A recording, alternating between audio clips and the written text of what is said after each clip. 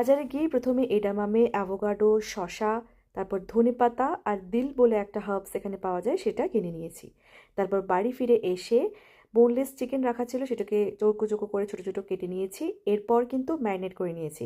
এবার ম্যারিনেটের মশলা হিসেবে আপনি দিতে পারেন যা খুশি, আপনার যেটা মন চাইবে। আমি দিয়েছিলাম আদা রসুনের পেস্ট, টক দই আর একটুখানি লঙ্কার গুঁড়ো, আর একটু জিরে গুঁড়ো আর ধনে গুঁড়োও দিয়েছিলাম। আর আপনাদেরকে বলি যে আমি কি বানাচ্ছি।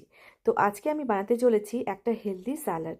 এবার ছোটোবেলা থেকে স্যালাড মানে বুঝি যে ওই শসা, টমেটো, পেঁয়াজ কুচি। আর জানেন তো, এই স্যালাড খেয়ে কিন্তু বিদেশের মানুষেরা দিব্যি থেকে যেতে পারে।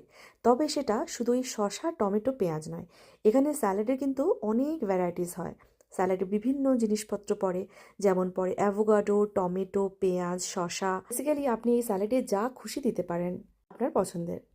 কাবুলি ছোলা, তারপর যে সবুজ মুগ সেদ্ধ করে দিতে পারেন বা কাঁচাও দিতে পারেন। এখানে আমি সমস্ত কিছু কুচি কুচি করে নিয়েছি, সাথে নিয়ে নিয়েছি একটুখানি অ্যাভোকাডো। আর অ্যাভোকাডো খেতে এত ভালো লাগে, প্রথম দিকে না খেতে ভালো লাগতো না, কিন্তু এখন এই অ্যাভোকাডো এতটা মুখে মিলে গেছে যে কি বলবো।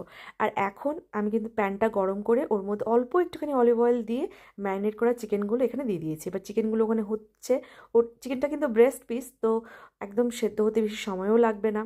আর এদিকে কিন্তু আমি কিনোয়া বয়েল করে নিয়েছি, দুটো রসুন কোয়াও গ্রেট করে নিয়েছি। এরপর কিন্তু স্যালাডের ড্রেসিং বানাচ্ছি, যেটা হলো মেইন এই স্যালাড বানানোর জন্য। টক দই, মধু, একটুখানি অলিভ অয়েল, লেবু, তারপর গোলমরিচ গুঁড়ো, এগুলো সব দিয়ে ভালো করে মিক্স করে নিয়েছে। সাথে কিন্তু অ্যাড করেছিলাম ওই যে গ্রেট করা রসুনটা। এবারে ড্রেসিংটা পুরোপুরি রেডি। এবার কিন্তু আমি প্লেটিং করে নেবো। প্রথমে খানিকটা কিনোয়া নিলাম, তারপর কিন্তু চিকেনটা নিলাম। চিকেনটা একদম হয়ে গেছে, একদম জুসি পারফেক্ট হয়েছে।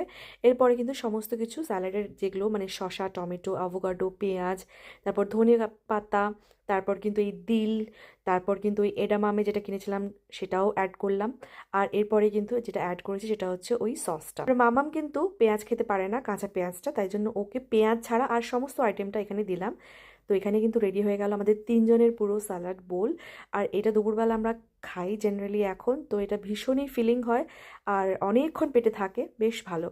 আপনারাও কিন্তু ট্রাই করতে পারেন, আপনাদের মতো করে এটা মডিফাই করে নিতে পারেন। আমি আরেকটু ক্রাঞ্চ অ্যাড করার জন্য আমার কাছে রোস্টেড পিনাট ছিল, ওপর থেকে একটু দুধদানা দিয়েছিলাম। তো কেমন লাগলো এই স্যালাড রেসিপি অবশ্যই জানাবেন।